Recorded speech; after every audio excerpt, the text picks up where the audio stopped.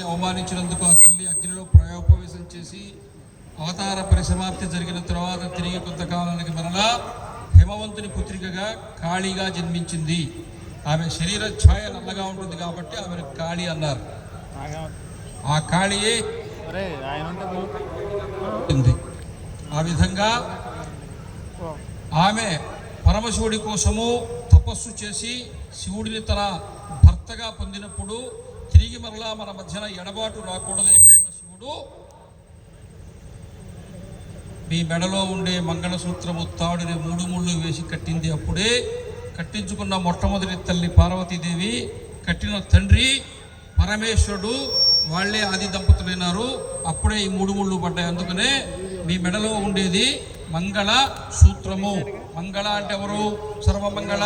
సర్వమంగళ అంటే ఎవరు? పార్వతీదేవి. ఎవరి మెడలో మంగళసూత్రము ఉన్నదో ఆమె స్వయముగా పార్వతీదేవి. మీ మెడలో ఎవరు మంగళసూత్రము కట్టారో వాళ్ళు నేరుగా పరమశివుడే. అందుకనే మిమ్మల్ని దంపతులు అంటారు, వాళ్ళని ఆది దంపతులు అంటారు. వాళ్ళ ఆది దంపతులు, వీరు పుణ్య దంపతులు. పార్వతీ పరమేశ్వరులాగా శాశ్వతంగా ఒక్కసారి వివాహం చేసుకుంటే జీవించినంత కాలము నీవే నా భర్తవు, నీవే నా భార్యని శాశ్వతమైన స్థిరమైన ధర్మబద్ధమైనటువంటి ఆదర్శవంతమైనటువంటి దాంపత్య జీవనము కలిగి భూమి మీద ఎవరు జీవిస్తున్నారో వాళ్ళనే హైమవతి సంతానముగా హిందువులు అని పిలుస్తున్నారు. అర్థమైందా కాలేదా? ఏమర్థమైంది? మంగళసూత్రం ఎందుకు వచ్చిందో తెలుసా? మంగళ అంటే పార్వతీదేవి, సూత్రం అంటే తాడు. సూత్రంలో ఏమి లేదు, మంగళలో ఉంది. ఆ మంగళయే పార్వతీదేవి, మీరే పార్వతీదేవి. ఈ సంగతి మీకు తెలుసా? రోజుగారు సీరియళ్ళు చూస్తే మీరు పార్వతీదేవి సంగతి మర్చిపోతుంది, గయ్యాళ్ళలాగా తయారైతే నానా మాటలు నేర్చుకుంటుంది. అవసరం ఉన్నా లేకపోయినా డైలాగ్ డెలివరీ సేమ్ మాడ్యూల్లో వదులుతుంది. ఒక్కొక్కరు మాట్లాడుతుంటే వాళ్ళు ఏ టీవీ సీరియల్ చూసి మాట్లాడుతున్నారు ఇట్టే అర్థమైపోతుందమ్మా, ఇట్టే అర్థమైపోతుంది. Same modulation dialogue delivery. అవునా కాదా? దాని ప్రభావం మన మీద ఉందా లేదా? మన బుర్రల మీద ఉందా లేదా? మన సంతానం మీద ఉందా లేదా? మన అమ్మాయిల మీద ముఖ్యంగా ఉందా లేదా? ఉండొచ్చా? ఉండకూడదు కదా. అందుకే ఏం చేయాలా? నీ కూతురు టీవీ చూడకూడదు, నీ కూతురు చూడకూడదు అంటే ఏం చేయాలా? నువ్వు చూడకూడదు. ఆ ఉచేలో వేస్తే దూడ గట్టిన వేస్తుందా మదర్ త్రిష వెయ్యదు కదా. అందుకే మనము హిందువులము అంటే శాశ్వతమైన దాంపత్య గృహస్థాశ్రమ ధర్మాన్ని కలిగి ఉండేటువంటి వాళ్ళము అని అర్థము. అవునా కాదా? ఇక్కడ 2 ఆంజనేయ స్వామి ఉండేరు, వాళ్ళ గురించి పట్టించుకోవాలి, వాళ్ళు వెళ్ళిపోయారు. అక్కడ ఇంకా పెద్ద ఆంజనేయ స్వామి ఉండేరు, వాళ్ళు వెళ్ళిపోయారు. రామాయణం మొదటి రోజు యుద్ధం జరిగింది తర్వాత సాయంత్రానికి రాక్షసులంతా లంకలోకి పోయినారు. కోతులందరూ అక్కడే గుడారంలో సర్దుకోవాలా, ఇసుక తిన్నెల మీద ఉన్నారు. కొంతమంది గాయాలు తగిలి, దెబ్బలు తగిలి, కాళ్ళు చేతులు విరిగి నేరుగా ఆంజనేయ స్వామి జపం చేసుకుంటుంటే కుంటుకుంటూ ఇలా నిలబడ్డారు. హరువా ఏనాయనా ఈ రాముడు ఎవరు? మాకే సంబంధం? మాకు తెలియదే, ముక్కు మొహం చూడలేదే, అడవుల్లో ఉంటివే, పేలు చూసుకుంటుంటివే, ఆడుకుంటుంటివే, ఎగురుతుంటివే, దుంకుతుంటివే, లాక్కొస్తే యుద్ధంలో దింపితే వాళ్ళు తన్నే, ఇక్కడ ఇరిగా, వాడు చచ్చా, నాకు బుట్టే, మాకు అవసరమా అని కోతులు అడిగారు. అడగాల వద్దా? ఆంజనేయ స్వామి ఏం చెప్పాడు తెలుసా? మీరు ఎప్పుడైనా శ్రీరామచంద్రుడిని చూచారా అన్నాడు. మేము చూడలేదు అన్నాడు. అదిగా అక్కడ ఎత్తుగా ఉండి ఇసుక తిని మీద కూర్చోన్నాడే ఆయనే శ్రీరామచంద్రుడు చూడమన్నాడు. కోతులన్నీ తలదిప్పట్టు చూసినాయి. చూచి మళ్ళీ ఇటు తిరిగి చూచాం, అయితే ఏంటట అన్నారు ఈ కోతులు. మీరు చూడడం కాదులే, అక్కడికి పోయి ఆయన ఎదురుగా నిలబడండి అని హనుమ చెప్పాడు. వీళ్ళు గుంటుకుంటూ అడిగారు. ఎక్కడ నిలబడ్డారు? శ్రీరామచంద్రుడు అందరినీ చూశాడు, కళ్ళల్లో కళ్ళు పెట్టి చూచాడు, ప్రేమతో చూచాడు, లాలనతో చూచాడు, కరుణతో చూచాడు. అలా ప్రేమతో లాలనతో లలితగా అతను ఎప్పుడైతే శ్రీరామచంద్రుడి కళ్ళు ఎవరెవరి కనులతో కలిసి ఎవరెవరి మీద చూపు అలా ప్రసరించిందో, శ్రీరాముని చూపు ఎవరి మీద ప్రసరించిన మరుక్షణము గాయాలు మాయం, దెబ్బలు మాయం, రక్తం మాయం, ఎముకలు బాగైనాయి, కాళ్ళు బాగైనాయి, చేతులు బాగైనాయి. వాళ్ళకు తెలియనటువంటి దివ్యమైన శక్తి వాళ్ళ శరీరాల్లోకి వచ్చి బలము వచ్చి తేజస్సు వచ్చి పౌరుషం వచ్చి క్షాత్రం వచ్చి ఆ శ్రీరామచంద్రుని ముఖాన్ని చూస్తూ ఏమి దివ్యమంగళ స్వరూపము, ఈయన శ్రీరామచంద్రుడు అంటే అయ్యో మనం ఇంతకాలం చూడలేదే, శ్రీరామచంద్రుడు సాక్షాత్తు కేవలము మానవ మాత్రుడు కాడు, ఈయన సాక్షాత్తు భగవంతుడు, ఈయన కార్యం కొరకు కాకపోతే ఈ బతుకెందుకు, ఈ శరీరం ఎందుకు, ఈ జన్మ ఎందుకు అని చెప్పి ఎగురుకుంటూ దుక్కుకుంటూ ఆంజనేయ స్వామి ఎదురుగా వచ్చినప్పుడు హనుమ నువ్వు నిరంతరము రాముని యొక్క జపము ఎందుకు చేస్తూ ఉంటావు మాకు అప్పుడు అర్థమైంది. శ్రీరామచంద్రుడి దివ్యమంగళ స్వరూపం చూసిన తరువాత ఆ రాముడి కార్యం కొరకే కాకపోతే మా బతుకెందుకు, రేపటి నుంచి చూడు మేము యుద్ధం ఎట్టు చేస్తామని ఉత్సాహంగా గుడారాలకు పోయినాయి. మరుసటి రోజు నుంచి 1000-2000 ఒక్కొక్క గుంపులో చేరి వాళ్ళందరూ కలిసి ఒక్కొక్క రాక్షసుడిని మట్టు పెట్టడం మొదలుపెట్టే రాముడి చూపు అటువంటిది, రాముడి ఆశీస్సులు అటువంటివి. దీని అర్థమైందో తెలిసిందా, తెల్దా, తెలియలేదా, అర్థం కాలేదా, వినలేదా, టైం అయిందే, ఎంత అయిందమ్మా 12:08, ఇంక 15 నిమిషాల తర్వాత ఆపేస్తాలే. నేను ఆపకపోయినా అక్కడ సాంబారు డ్రమ్ము మీద మూత ఎత్తేస్తారు, వాసనెట్టు వచ్చేస్తుంది, ఎవడో ఉండడు. నాకు అనుభవం కదా, రోజు ఇదే పని కదమ్మా. ఆ వాసన వస్తే మీరు కాదు నేను కూడా ఉండను. అప్పటిదాకానే మన పట్టుదలంతా. అర్థమైందా కాలేదా? మన బలం ఏందో మనకు తెలుసు, మన బలహీనత ఏందో కూడా మనకే తెలుసు. వాసన వచ్చినా అది మీ శ్వాసకు అందకుండా మీ శ్వాసను ఆపి అలా చూస్తూ ఉండేట్టుగా మాట్లాడాలని నేను ప్రయత్నం చేస్తున్నాను.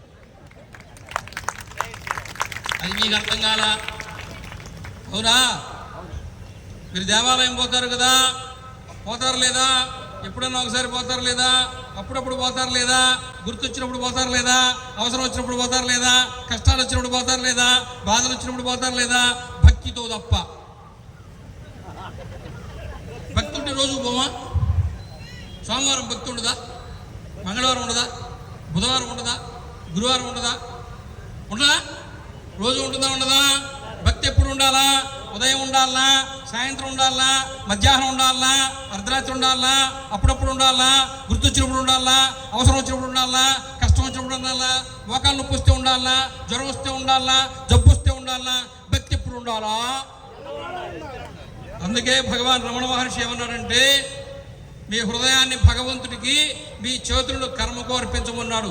చేత్తో పని చేసుకో, దేవుడి పేరు తెలుసుకో, ఇల్లు ఉడుచుకుంటున్నావు, రామా అనుకో, పప్పు రుబ్బుకుంటున్నావు, కృష్ణ అనుకో. టీవీ కూడా వంటింట్లోకి ఈ డైరెక్షన్లో కనబడేటట్టుగా, బాత్రూంలోకి ఆ డైరెక్షన్లో కనబడేటట్టుగా పెద్ద టీవీ పెట్టుకుని ఒక్క క్షణం కూడా అవకాశం వదులుకోకుండా కన్నులు రొప్ప పెట్టుకొని సబ్బులు రుద్దుకుంటూ, వంటలు చేసుకుంటూ, వంటలు తోముకుంటూ, ఒకరి కన్నిటి పోయా, ఒక్కన్నిటి పోయా, మూతి లాగేసా, ముక్కలు సొట్టపోయా. అది మొహమా? ఆర్టీసీ బస్సుకు సొట్టపడ్డ మూతే.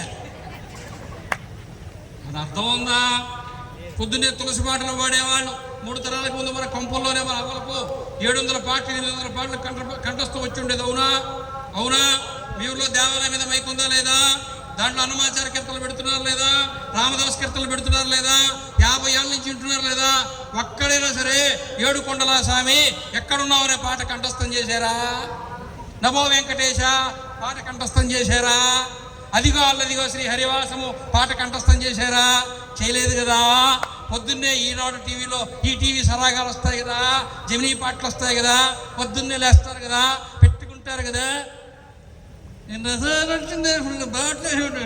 పాట కంఠస్థం అయిపోయింది కదా, అయింది కదా. పాట వచ్చు కదా, రాదా? సినిమా పాటలు కంఠస్థం వచ్చింది కదా. నీకొచ్చు, మీ కోడలకు వచ్చు, నీ కూతురికి వచ్చు, నీ మనవరాలకు వచ్చు, ఇంటిల్లి పాది సినిమా పాటలు వచ్చు. ఒక దేవుడి పాట వచ్చా? మీ సంగతే కదా మీరు చెప్తున్నారు, వాళ్ళ సంగతి మీరు ఎందుకు చెప్తారు? వీళ్ళకి రాదంటే మీ సంగతి చెప్పండి. వీడు దేవుడు దొంగలు, గుడి దొంగలు, దేవాలయం పోరు, ఇంట్లో పూజ చేయరు, పూజలు మీరు చేస్తారు, ప్రసాదం వీళ్ళు తింటారు. ఇంట్లో ఇంటి యజమాని పూజ చేస్తే పుణ్యము యజమానికి, భార్యకి, పిల్లలకి వస్తుంది. ఇంట్లో మీరు పూజ చేస్తే ఆయనకి రాదు, మీకు మీ పిల్లలకు వస్తుంది. అందుకనే 50 ఎకరాల వ్యవసాయం చేసి 30 లక్షలు సంపాదించిన కంచిపెట్టి చీర మీకే, చిలుకు చీర మీకే, బంగారం మీకే, వడ్డాణం మీకే, వజ్రాల ఉంగరం మీకే, అనుభవం మీకే. అవునా? వీళ్ళ సంగతి పూజ చేయలేదు కాబట్టి, దేవుడు మొక్కలేదు కాబట్టి, దేవాలయం పోలేదు కాబట్టి, భజన చేయలేదు కాబట్టి చిరిగిపోయిన చొక్క, చిరిగిపోయిన లుంగి, మాసిపోయిన గడ్డం. ఎక్కువ మాట్లాడితే వీళ్ళ ఇన్సూరెన్స్ పాలసీ కూడా మీకే. అవునా కాదా? అవునా కాదా? నిజమా అబద్ధమా? మనమెవరివి? చెప్పండి. వాళ్ళు చెప్పలా? కొంతమందికి ఏమో టిఫిన్ అరగలా, అందుకు చెప్పలా. కొంతమందికి ఆకలి అవుతున్నది, వాళ్ళు చెప్పలా. వీళ్ళకి ఏం ముందు కూర్చొని అనుకుంటున్నా వీళ్ళు చెప్తున్నారు, నేనేమన్నా అనుకుంటాను. అవునా? మరి ఎవరివి? చెప్పరే. హిందువులు అంటే ఎవరో తెలుసా? కుడి చేయి ముందు పెట్టండి, పొట్ట వేలు కలపండి, చిటికిన వేలు, చూపుడు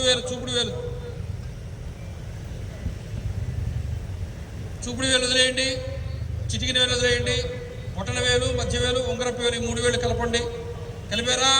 ఈ 3 వేళ్లతో కుంకుమ కానీ, పసుపు కానీ, అక్షతలు కానీ, పూలు కానీ, పూజా సామగ్రి కానీ, ఇలా దేవుడి ముందు మనం పూజ చేస్తూ ఉంటే, ఇలా చేస్తూ ఉంటే వివాహం అయి ఉంటే పక్కన ధర్మపత్ని కూర్చోవాలా.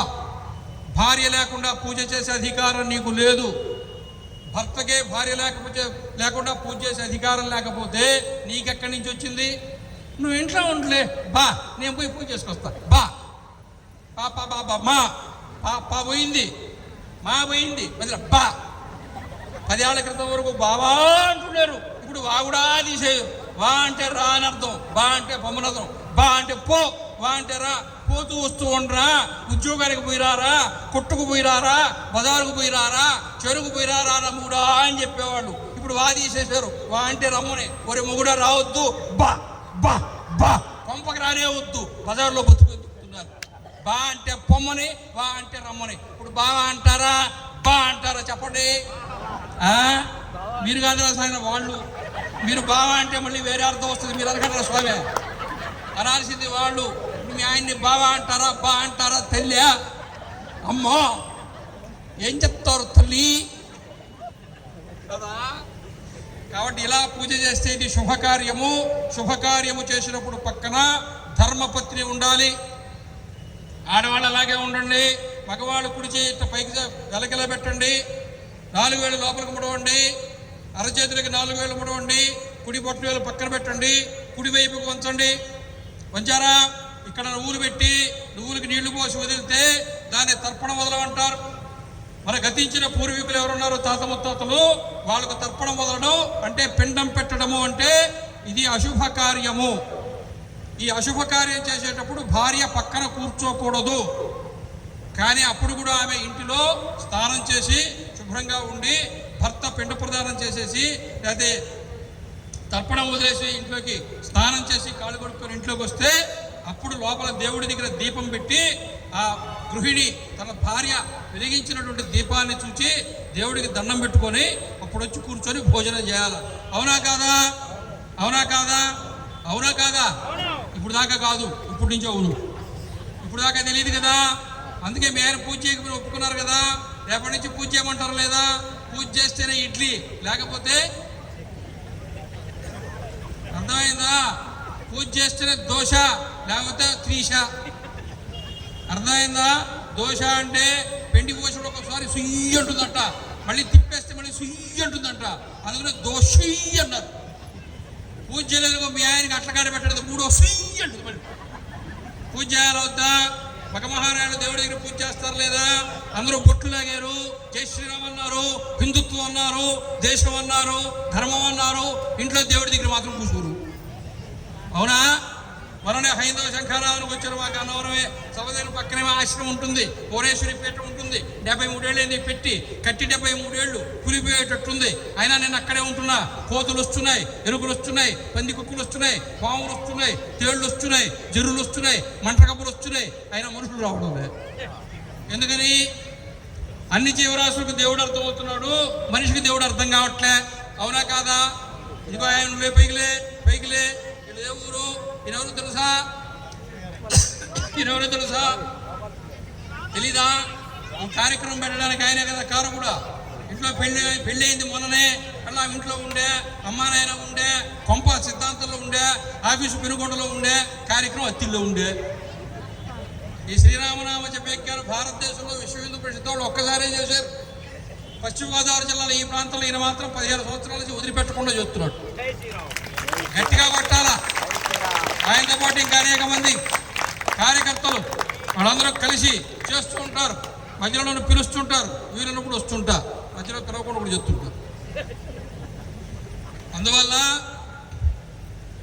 కార్యక్రమం చేస్తున్నారు. ఈ రకంగా దాంట్లో మీరందరూ పాల్గొంటూ ఉన్నారు. ఈ సిద్ధాంతంలో 15 ఏళ్ల క్రితం ఒక సంఘటన జరిగింది. ఆ సిద్ధాంతంలో ఒక వెంకటేశ్వర స్వామి దేవాలయం ఉంది. ఆ దేవాలయానికి ఒక పంది వచ్చింది. ఆ పంది వెంకటేశ్వర స్వామి దేవాలయం చుట్టూ ప్రదక్షిణలు చేస్తున్నది. టీవీల్లో చూపించారు. దాని తర్వాత జన విజ్ఞాన వేదికలు వచ్చారు. దీనికి మానసికమైన వ్యాధి వచ్చింది కాబట్టి దేవాలయంలో తిరుగుతున్నది. దేవాలయం దొరికింది తిరుగుతుంది. లేకపోతే కుప్ప చుట్టూ తిరిగితే కుప్ప చుట్టూ తిరిగేది, లేకపోతే కరెంటు స్తంభం చుట్టూ తిరిగేది. 3 రోజుల తర్వాత చచ్చిపోతుందని చెప్పారు. ఆ తర్వాత ఏలూరు పశు వైద్యశాల వాళ్ళు దాన్ని ఒక వ్యాన్లో వేసుకొని అక్కడి నుంచి తీసుకొచ్చి 3 రోజులు ఇన్పేషెంట్గా చేర్చుకొని స్కానింగ్లు చేసి ఎక్స్రేలు తీసి అన్ని రిపోర్ట్లు రాసి దీనికి ఎటువంటి శారీరకమైన మానసికమైన రోగం లేదు, ఇది 100% ఆరోగ్యంగా ఉందని సర్టిఫికేట్ కూడా ఇచ్చారు. మళ్ళీ వ్యాన్కి ఇచ్చారు. మళ్ళీ సిద్ధాంతం తీసుకొచ్చారు. వ్యాన్లో నుంచి పంది దిగింది, నేరుగా గోదావరిలోకి పోయింది, అది మునిగింది.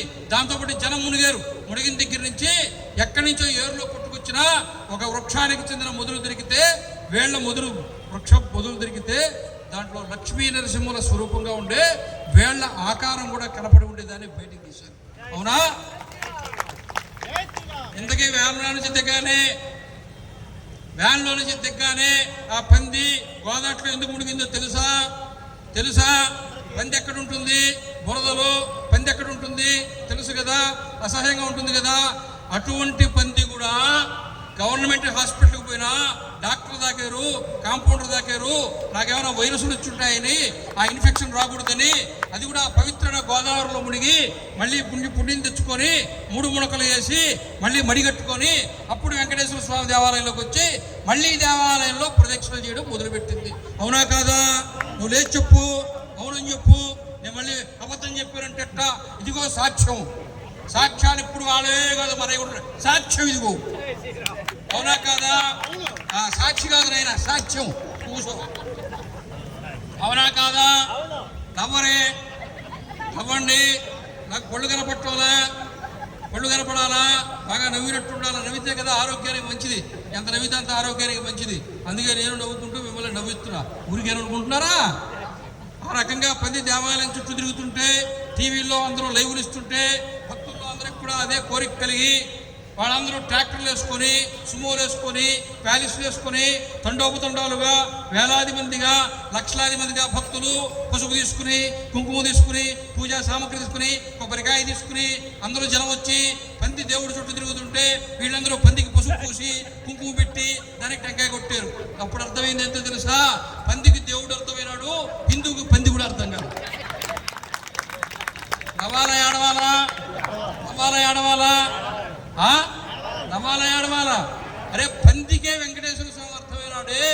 నేను కట్టుకున్న దేవాలయం, నేను ప్రతిష్ఠించుకున్న దేవాలయం, ఈ వెంకటేశ్వర స్వామిని నేను దర్శనం చేసుకోలేదే, నాకు ఎందుకు అర్థం కాలేదని పశ్చాత్తాపం చెంది పరిగెత్తుకుంటూ పోయి శరణాగతి పొందవలసిన వాడు ఈ పందికి మొక్కుతున్నాడు.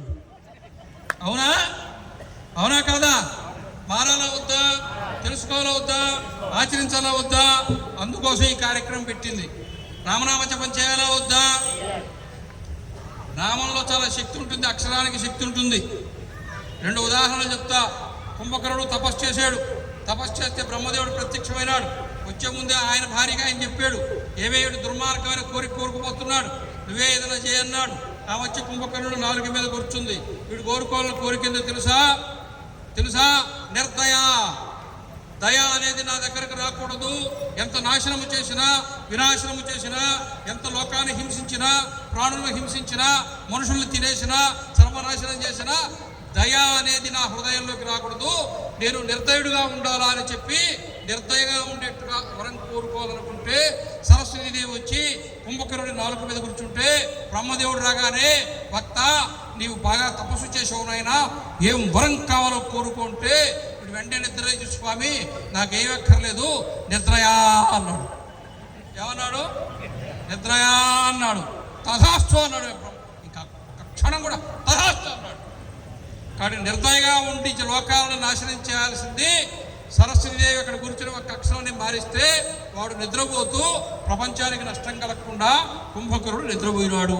ఇప్పుడు చెప్పండి, మంత్రానికి శక్తి ఉందా లేదా? ఉందా లేదా? జపం చేయాలా వద్దా? రామనామ జపం చేయాలా వద్దా? శివనామ జపం చేయాలా వద్దా? ఏది తీసుకుంటే చేయాలా వద్దా? ఏదో ఒక మంత్రం కలిగి ఉండాలా వద్దా? కలిగి ఉండాలా వద్దా? జపం చేయాలా వద్దా? మొత్తం మహిళలే చేయాలా? మీ ఆయన చేయాలా వద్దా? మీరు మీ ఆయన జపం చేయాలా? మీ ఆయన దేవుడు జపం చేయాలా? నేను చప్పట్లు ఎక్కువగా కొడుతుండే, ఆయన బాధ ఆయనది.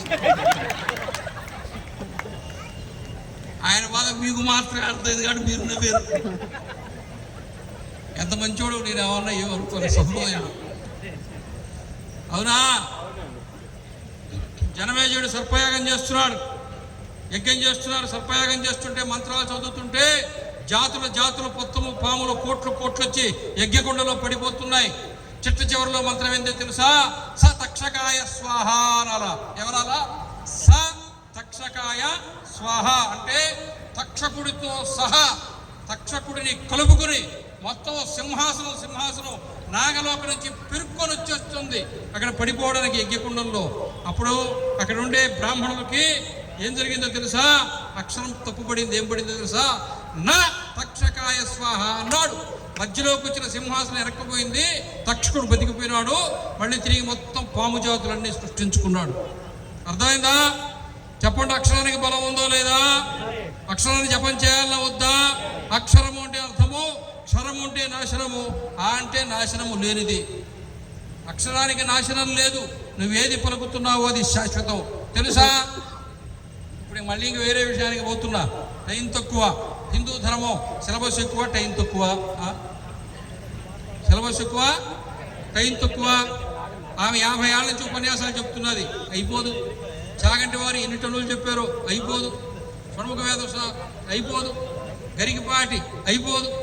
ఎవరు ఎన్ని ఉపన్యాసాలు చెప్పినా నాకు తెలిసి ఒక పారాగ్రాఫ్ చెప్పుంటారు మనకుండే మొత్తం విజ్ఞానంలో, ఒక్క పారాగ్రాఫ్. అవునా? అందుకని ఇంకొంచెంగా చెప్పేసి పూర్తి చేసేస్తా, టైం అయిపోతున్నది. ఇందాక పరిచయం చేస్తూ గోపాలకృష్ణ గారు 2 తెలుగు రాష్ట్రాలని చెప్పాడు. పొరపాటును కూడా 2 తెలుగు రాష్ట్రాలు అనద్దు. తెలంగాణను తెలంగాణ అనండి, ఆంధ్రప్రదేశ్ను ఆంధ్రప్రదేశ్ అనండి. నువ్వు ఆంధ్రప్రదేశ్ అనకపోతే ఈ ఆంధ్రప్రదేశ్ ఉనికి ఎక్కడుంది? దీని ఉనికి ఎక్కడుంది? ఆంధ్రప్రదేశ్ను ఆంధ్రప్రదేశ్ పిలవద్దా? మధ్యప్రదేశ్ పిలుస్తున్నారు, ఉత్తరప్రదేశ్ పిలుస్తున్నారు, జార్ఖండ్ పిలుస్తున్నారు, ఛత్తీస్గఢ్ పిలుస్తున్నారు, బీహార్ పిలుస్తున్నారు, హర్యానా పిలుస్తున్నారు, ఉత్తరాఖండ్ పిలుస్తున్నారు, హిమాచల్ ప్రదేశ్ పిలుస్తున్నారు. వాటన్నింటి 8 హిందీ రాష్ట్రాలు ఉంటున్నారా? మనకేం బుర్రలేదా? మన స్టేట్ హుడ్, మన అస్తిత్వము, మన ఉనికి కాపాడుకోవాలంటే మనది ఆంధ్రప్రదేశే, వాళ్ళది తెలంగాణయే. తెలంగాణ వాడు తెలంగాణ కోసం కొట్లాడారు, అందుకని తెలంగాణ అనే పిలవాలా.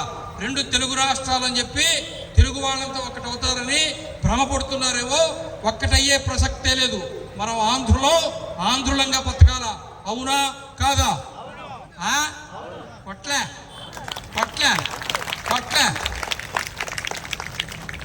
టీవీ పెట్టుకుంటే ఆంధ్ర వాళ్ళని తిట్టేటప్పుడు తప్పితే ఇంకెప్పుడు ఆంధ్ర శబ్దమే వినబట్టలే. మొన్న పండగ ఏమొచ్చింది? మొన్న ఈనాడు వచ్చిన పండగ ఏంటి? సంక్రాంతి పండగ కూడా మన ముఖ్యమంత్రి గారు ప్రపంచంలో ఉండే తెలుగు వాళ్ళందరికీ శుభాకాంక్షలు చెప్పాడు. స్వామి, ప్రపంచంలో తెలుగు వాళ్ళకు ముఖ్యమంత్రి కాదు స్వామి, 5 కోట్ల మంది ఆంధ్రులకే ముఖ్యమంత్రిని.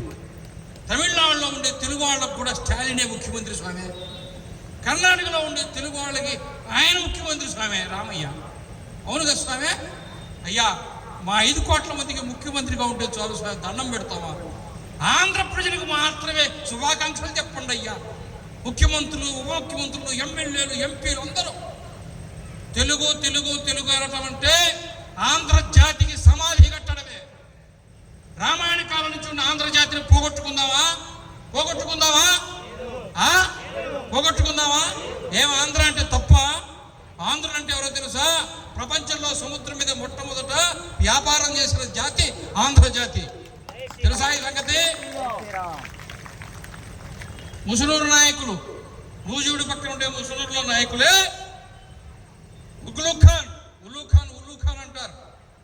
ఢిల్లీ నుంచి ఖిల్జీ కాకతీయ సామ్రాజ్యాన్ని ధ్వంసం చేస్తే ఈ ముసునూరు నాయకులే వరంగల్ను తిరిగి తీసుకుని కాకతీయ సామ్రాజ్యం తర్వాత 120 సంవత్సరాల పాటు ఆంధ్రదేశాన్ని హిందూ దేశంగా పరిపాలించిన వాళ్ళు ఆంధ్రులు. మనమా లొంగింది, మనమా తగ్గింది. బ్రిటిష్ వాళ్ళు పరిపాలన చేసేటప్పుడు గుంటూరులో క్రిస్టియన్ కాలేజీ పెడితే హిందువులు హిందూ కాలేజీ పెట్టారు. మచిలీపట్నంలో క్రిస్టియన్ కాలేజీ పెడితే హిందువులు హిందూ కాలేజీ పెట్టారు. ఏలూరులో వాళ్ళు క్రిస్టియన్ కాలేజీ పెడితే హిందువులు హిందూ కాలేజీ పెట్టుకున్నారు. కాకినాడలో క్రిస్టియన్ కాలేజీ పెడితే హిందువులు హిందూ కాలేజీ పెట్టుకున్నారు. నెల్లూరులో క్రిస్టియన్ కాలేజీ పెడితే విఆర్ కాలేజీ పెట్టుకున్నాం. అవునా? ఆంధ్ర బ్యాంకు మనం పెట్టుకున్నాం.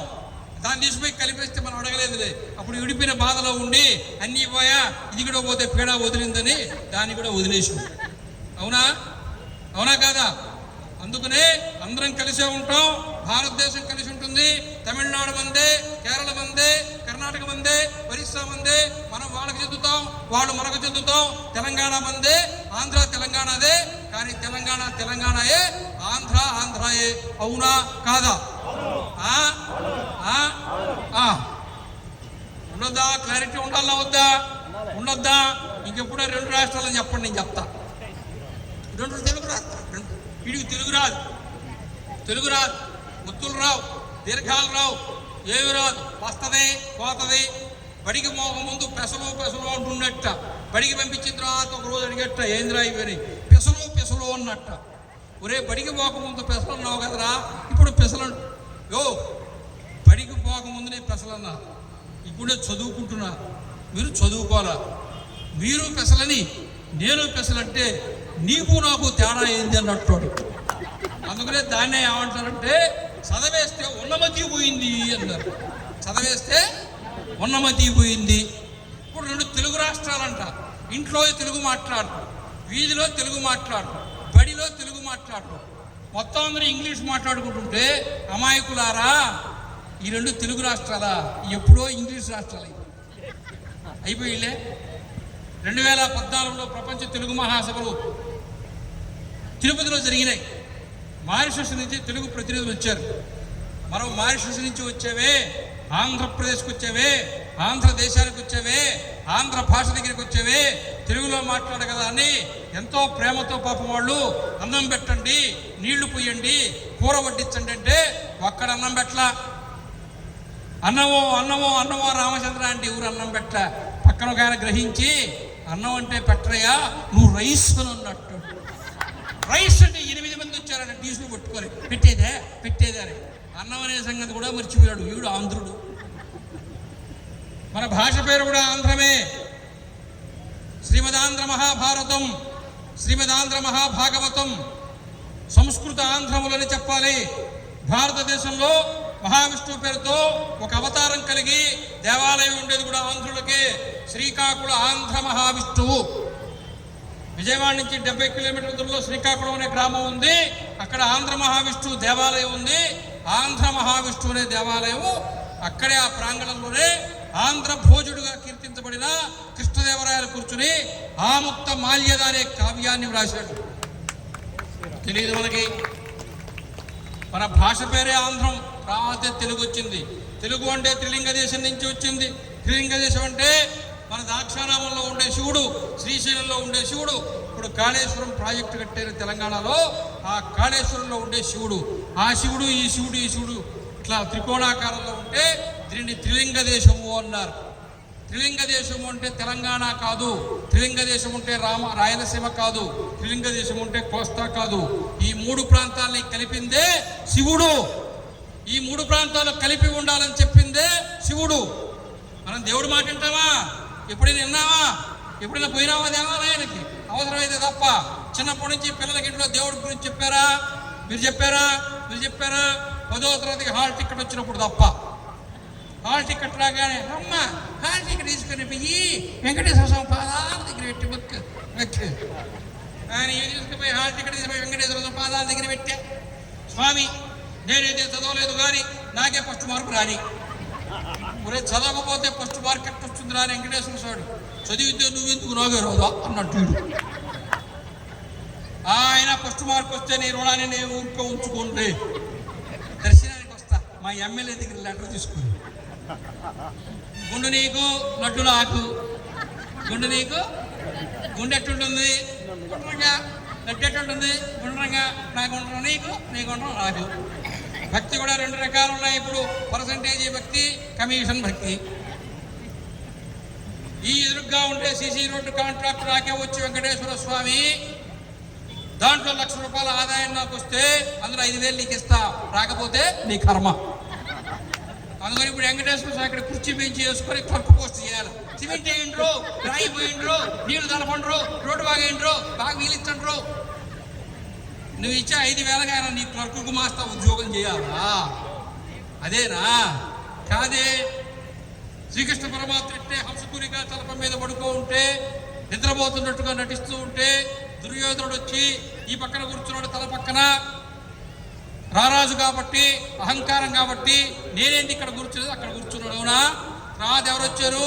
అర్జునుడు చూశాడు, నిద్రపోతున్నాడు ఏంది, పడుకో ఉన్నాడు ఏంది, ఈ దుర్మార్గుడు నాకంటే ముందు వచ్చాడు ఏంది.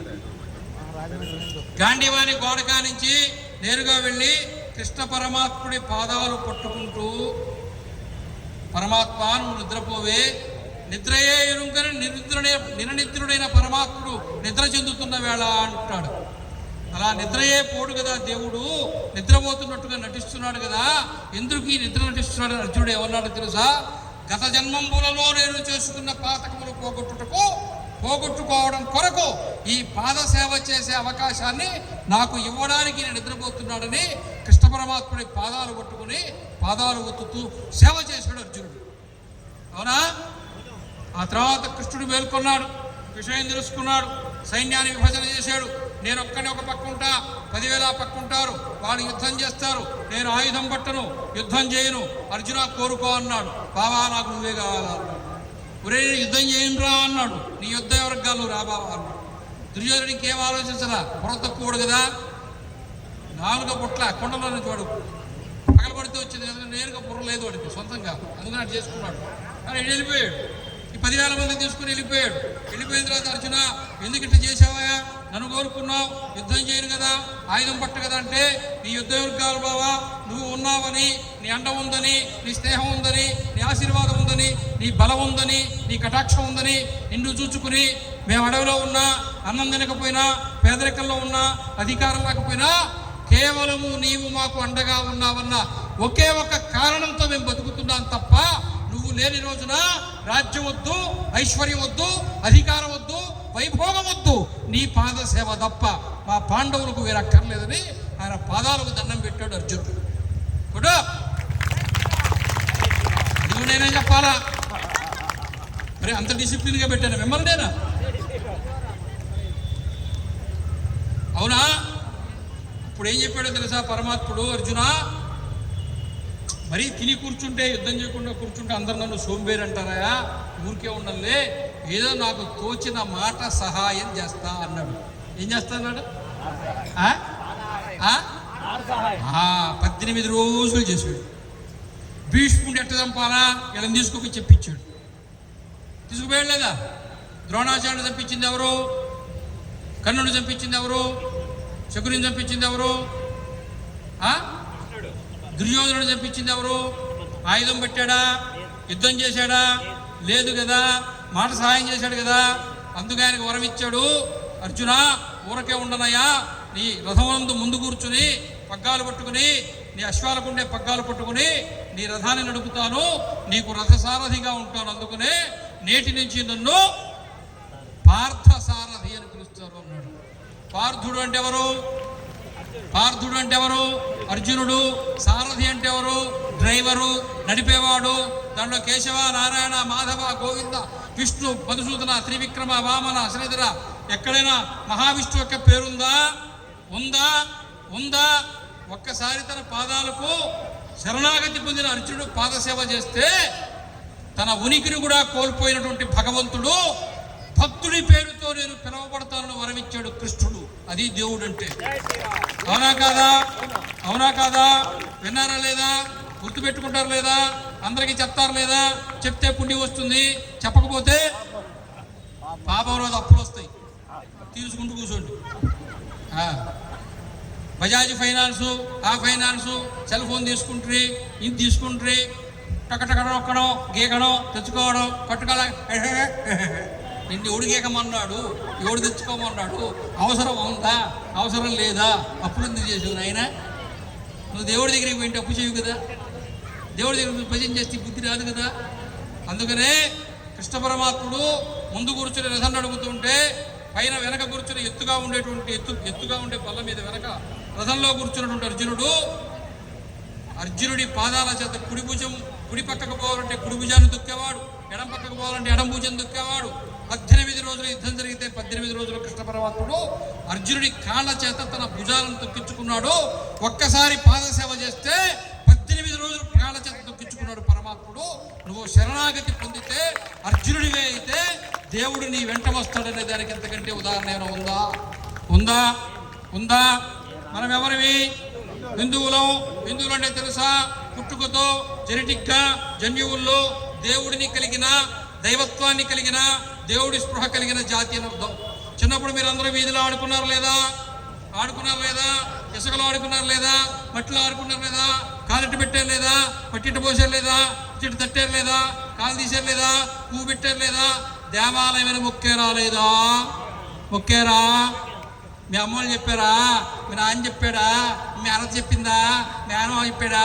అయ్యూరు చెప్పాడా? ఎవరు చెప్తే కట్టారు గుడి? అది మీ ఇల్లు అనుకోవచ్చుగా, మీ డ్యూప్లెక్స్ అనుకోవచ్చుగా, మీ బంగాళా అనుకోవచ్చుగా. అనుకున్నారా? ఇసుకతో మొట్టమొదటిసారి మీ గుహ తెలియక ముందే గ్రామంలో వీధిలో ఆడుకుంటూ కట్టినటువంటి ఇసుక గూడును కూడా ఎవరుకున్నారు? దేవాలయము. పుట్టుకతోటి ఎవరో చెప్పకుండా రక్తంలో రంగరించుకుని దేవుడిని, ధర్మాన్ని, మతాన్ని కలిగి సహజమైనటువంటి జన్మభూమి దగ్గర కలిగి ఉంటుందంటే అది హిందువుకు మాత్రమే. భూమి ఎన్ని మతాలైనా ఉండవచ్చు, ఎన్ని సంస్కృతులైనా ఉండవచ్చు, ఎన్ని ఆరాధనా పద్ధతులైనా ఉండవచ్చు గాక, కానీ ఎదురుగా ప్రాణంతో ఉండే దేవుడిని ఉంచుకుని ప్రాణంతో ఉండే దేవుడిని పూజించుకునేటువంటి జాతి కూడా హిందూ జాతియే. అయోధ్యలో రాముడికి ఏం చేశావు? ప్రాణ ప్రతిష్ఠ. ఇక్కడ శివుడికి ఏం చేశావు? ప్రాణ ప్రతిష్ఠ. రాముడికి ఏం చేశావు? ప్రాణ ప్రతిష్ఠ. ఆంజనేయుడికి ఏం చేశావు? ప్రాణ ప్రతిష్ఠ. ప్రాణం చేస్తే ఉంది ఉచ్ఛ్వాస నిశ్వాస, ప్రాణం ఉందందుకునే ప్రతినిత్యము ధూపదీప నైవేద్యాలు జరుగుతున్నాయి. దేవాలయంలో ప్రతినిత్యము ధూపదీప నైవేద్యాలు జరిగితే గ్రామంలో ఉండే ప్రజలు, పాడి పంటలు, పశుపక్షాదులు, జలవనరులు సమృద్ధిగా ఉండి గ్రామము శ్రేయోదాయకంగా ఉంటుందని ఆగమ శాస్త్రము చెబుతూ ఉన్నది. ఒక్క మాటలో చెప్పాలంటే దేవాలయం పచ్చగా ఉంటే గ్రామం పచ్చగా ఉంటుంది. దేవాలయంలో ధూపదీప నైవేద్యాలు పెట్టకపోతే దేవాలయం పాడుపడుతుంది. పనిలో పనిగా గ్రామంలో మొండిగోడలు, తుమ్మ చెట్లు మొలుస్తాయి. అవునా కాదా? దేవాలయానికి పోతారా పోరా? దేవాలయంలో ధూపదీప నైవేద్యాలు జరుగుతారు లేదా? దేవాలయాల భూములు ఆక్రమించుకుంటారా? ఆక్రమించుకుని వెనకిస్తారు లేదా? ఇస్తారా లేదా? అగ్ని పురాణం ఏం చెప్తుందో తెలుసా? బాల్యములో వీధిలో ఆడుకుంటూ పిడికుడు ఇసుకతో దేవాలయం కట్టితే ఆ దేవాలయం కట్టినటువంటి పిల్లవాడి వంశములో 3 తరముల వారు కైలాస ప్రాప్తి పొందుతారని అగ్ని పురాణం చెప్పింది. తెలుసా ఈ సంగతి? ఇందాక నేను చెప్పానే, మట్టి పోసి గూడు కట్టి పువ్వు పెట్టి దేవాలయం అనుకున్నావే. బాల్యంలో మట్టితో దేవాలయం కడితేనే ఆ దేవాలయం కట్టిన పిల్లవాడి వంశములోని 3 తరముల వాళ్ళు కైలాస ప్రాప్తి పొందితే మీ ఊర్లో ఉండే రామాలయానికో శివాలయానికో మీరు విరాళం ఇస్తే, సిమెంట్ ఇస్తే, ఇసుక ఇస్తే, ఇనుము ఇస్తే, ధ్వజస్తంభం ఇస్తే, అన్నదానానికి ఇస్తే, విగ్రహాలకు ఇస్తే, ఛత్రచామరాలు ఇస్తే మీ వంశములోని ఎన్ని వందల తరములు స్వర్గానికి వెళ్ళాలా, కైలాసానికి వెళ్ళాలా, వైకుంఠానికి వెళ్ళాలా? ఒక్కసారి ఆలోచన చేయాలా వద్దా?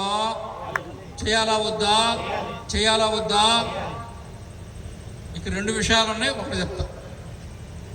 ప్రతిదినము దేవాలయానికి వచ్చి నన్ను పూజించే నా భక్తుడు ఏ కారణము చేతనైనా ఒకరోజు దేవాలయానికి రాకపోతే, రోజు వచ్చే నా భక్తుడు ఈ రోజు దేవాలయానికి ఎందుకు రాలేదని దేవుడే దేవాలయం నుండి బయలుదేరి భక్తుడి ఇంటికి వచ్చి భక్తుడిని పరామర్శిస్తాడని వేదము చెబుతూ ఉన్నది. చెప్పండి, దేవాలయంలో దేవుడు ఉన్నాడా లేడా? దేవుడు దేవాలయంలో మీరు మీ ఇంట్లో ఉన్నారు లేరా? మరి మీ దేవుడికి పోతే కదా, దేవుడిని చూస్తే కదా, దేవుడి కంట్లో పడితే కదా. దేవుణ్ణి మీరు చూడటం కాదు. ఇందాక రాముడు ఆంజనేయుడు చెప్పారు ఏంటది, రాముడు మనల్ని చూస్తే మనం బాగుపడతాం, మన రాముడు చూస్తే ఏం ఉపయోగం లే. దేవాలయం పోతే దేవుడు మనల్ని చూడాలా, దేవుడు చూసి అంతసేపు కూర్చోవాలా, ధ్యానం చేయాలా, భజన చేయాలా, సత్సంగం చేయాలా, తలుచుకోవాలా, గెలుచుకోవాలా. అవునా? దేవుడు చూస్తే చూస్తాడు, చెప్తే వింటాడు, పిలిస్తే వస్తాడు, అడిగితే ఇస్తాడు. అవునా? అవునా? మీరు ఏమి అడగపోతురి, పోతురి కొబ్బరికాయ పొద్దులకి ఇత్తిరి, కళ్ళు మూసుకుంటురి. పెద్ద చెక్క నాకు ఇస్తాడో, చిన్న చెక్క నాకు ఇస్తాడో, పెద్ద చెక్క ఇస్తాడో, చిన్న చెక్క ఇస్తాడో, రెండు ఇస్తే బాగుండు. ఈరోజు రేపు తినొచ్చు. భక్తి అంతా కొబ్బరికాయ మీద అయిపోయినే. మళ్ళీ దేవుడి ఇంటికి రాకూడదు, క్యారీ బ్యాగ్లో కట్టిచ్చేస్తే మన దానికి పోతాం కదా, అక్కడెక్కడ